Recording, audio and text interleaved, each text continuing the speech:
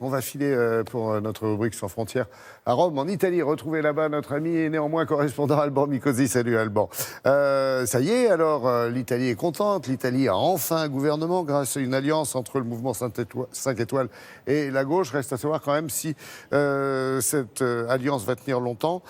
C'est moins qu'on puisse dire, ça n'est pas certain. Et puis il y a l'autre info dans l'histoire, c'est la victime que fait cette alliance, Alban.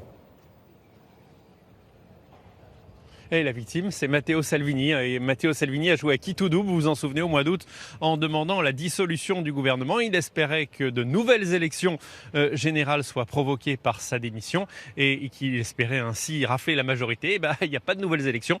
Donc pour le coup, ça n'a pas été double, ça a plutôt été quitte. Alors Matteo Salvini, il cherche à contre-attaquer maintenant en étant omniprésent dans la rue et dans les médias. Je vous propose qu'on voit tout de suite cette évocation de la semaine de Matteo Salvini avec Robin Rico et Sacha Eck. Le gouvernement italien a obtenu lundi soir la confiance des députés avec 343 voix contre 263. Pendant ce temps-là, Matteo Salvini était dans la rue.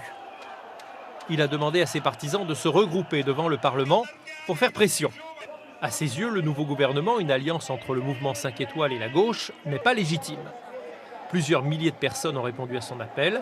Drapeau tricolore à la main, ils chantent l'hymne italien. Se disent nationalistes et pour eux, Matteo Salvini a eu raison de rompre l'alliance avec le mouvement 5 étoiles. Les Italiens veulent être représentés par les hommes politiques pour lesquels ils ont voté cette dernière année. C'est le flou le plus total, parce qu'il s'agit d'un gouvernement formé à partir de rien, pas par le peuple, et nous avons besoin d'un gouvernement élu par le peuple. Bien sûr qu'il devait quitter le gouvernement plus tôt. J'en suis convaincu. Le lendemain, mardi, deuxième round au Sénat, où Matteo Salvini est élu. Dans un réquisitoire violent, il s'en prend au Premier ministre Giuseppe Conte. Je vous souhaite de bien vous amuser. Nous reviendrons pour gouverner ce pays par amour de l'Italie et non par soif de pouvoir. Ça, on vous le laisse. Le président du Conseil lui répond que vouloir renverser un gouvernement par la rue est indigne d'un ex-ministre de l'Intérieur et que c'était la tactique de Benito Mussolini. Les prochains mois s'annoncent tendus entre les ex-alliés désormais fâchés, une version politique du fameux divorce à l'italienne. Oh mais la question aussi ce matin à Alban, c'est de savoir si c'est une défaite définitive, je vais dire, pour Salvini. Lui pense que non.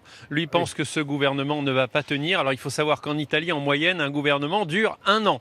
En 70 ans, il y a eu 66 gouvernements. Donc c'est pour vous dire que l'espérance de vie de ce gouvernement, statistiquement, elle n'est pas très très importante. Elle est d'1 an.